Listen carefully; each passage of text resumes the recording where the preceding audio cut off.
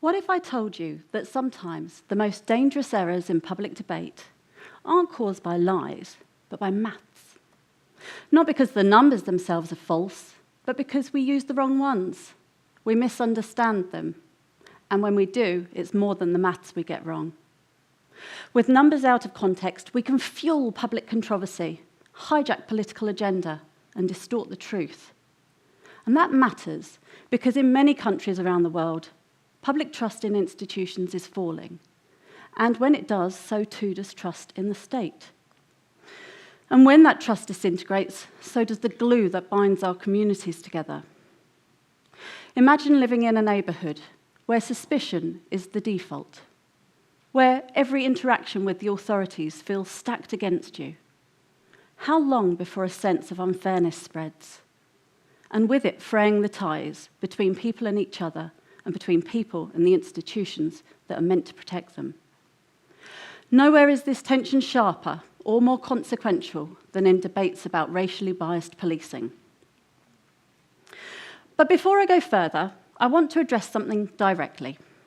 We have countless examples of discriminatory policing the world over, but especially from the United States.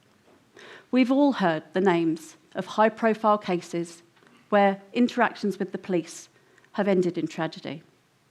Cases like George Floyd, or perhaps those closer to home. But beyond those headlines are the everyday, quieter moments and feelings of unfairness.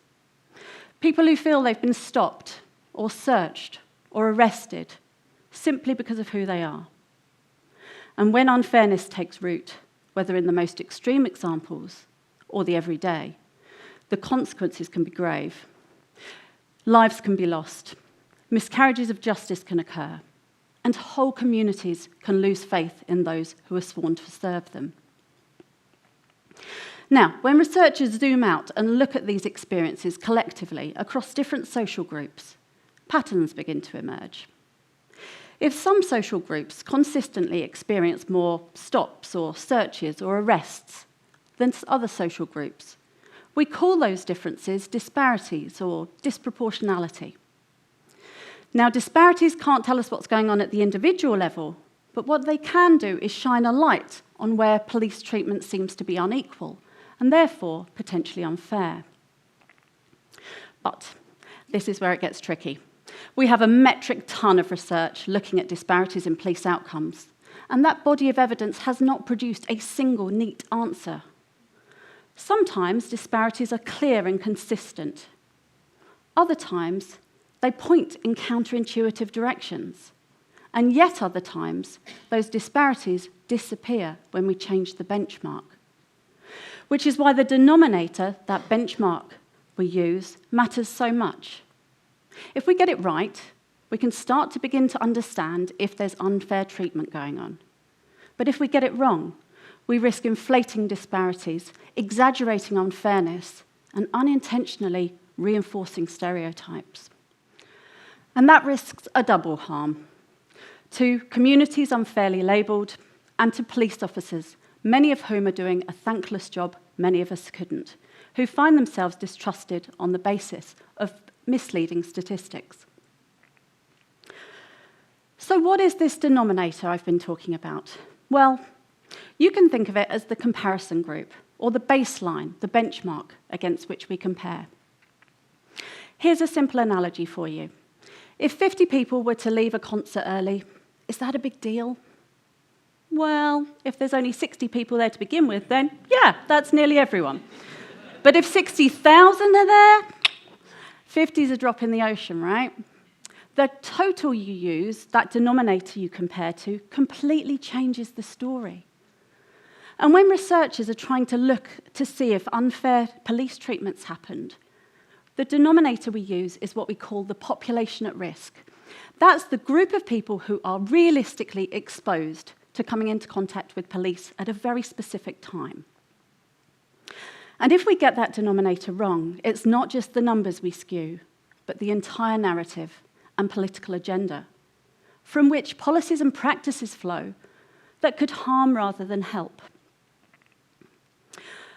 Let me give you a recent example from here in Aotearoa, New Zealand. A news headline declared Māori and Pacific people are nearly 4 times as likely to be stopped by police. The numbers were stark. The story went national. It inflamed public debate and calls for reform followed. But here's the problem. The numbers that was based on was the residential population from the census.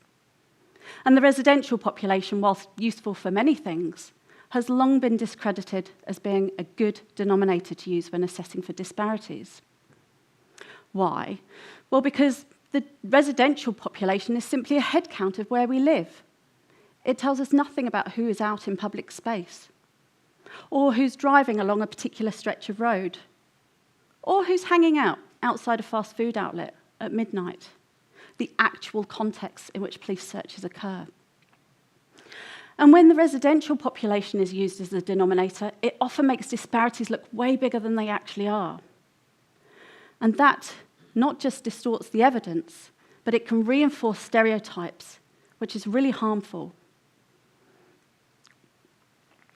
And there's another layer here that often gets overlooked. Who is out in public space more often?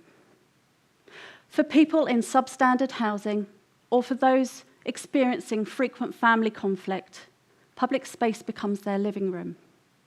And just by their very presence, they are automatically exposed to coming into contact with police more. And that exposure is not distributed equally throughout a society. In some countries, it overlaps strongly with race. In others, it overlaps more with class or poverty.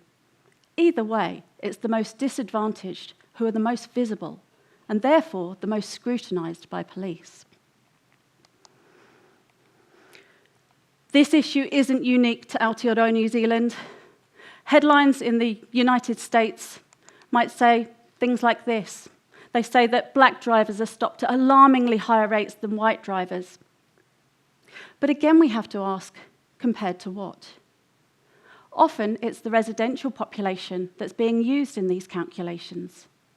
But it's not just residents who are on the roads. It's commuters, shift workers, people passing through. When researchers switch to using the driving population, getting closer to who's actually at risk of being stopped by police on the roads, the disparities usually change.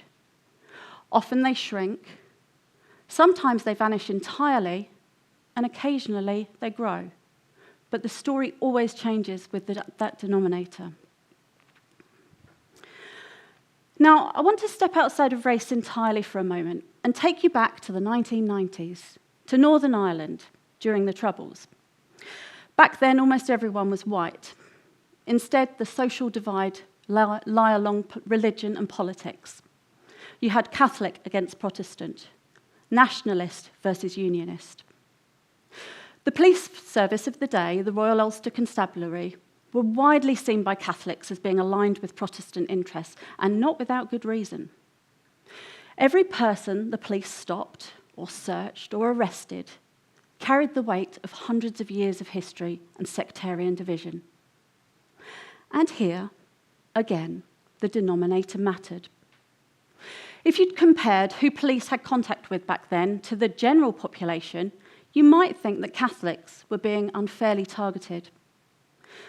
But the general population wasn't who was at most risk of coming into contact with police. It was people living in specific neighbourhoods, or attending political marches, or passing through checkpoints in tense areas. That population at risk looked entirely different than the residential population, which, after all, just represents where we lay our head at night.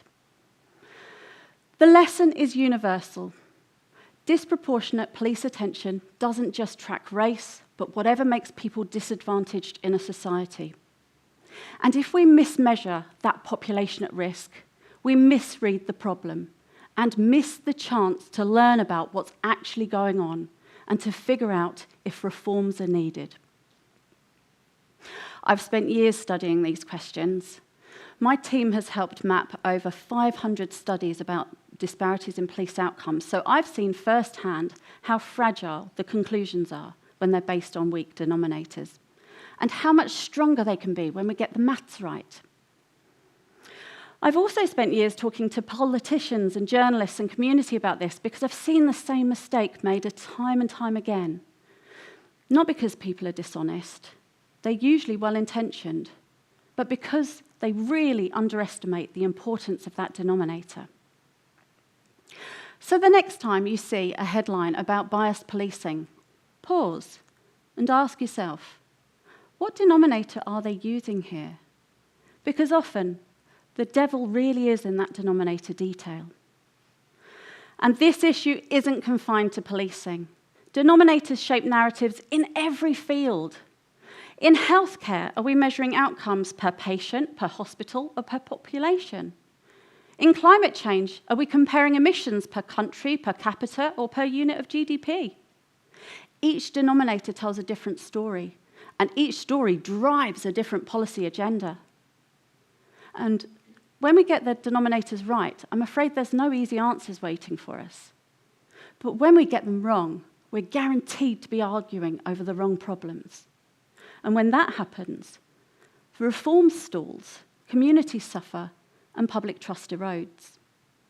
So, if we want public debates that are honest, policies that are fair, and reforms that deliver equality of justice, we really ought to be paying attention to that denominator.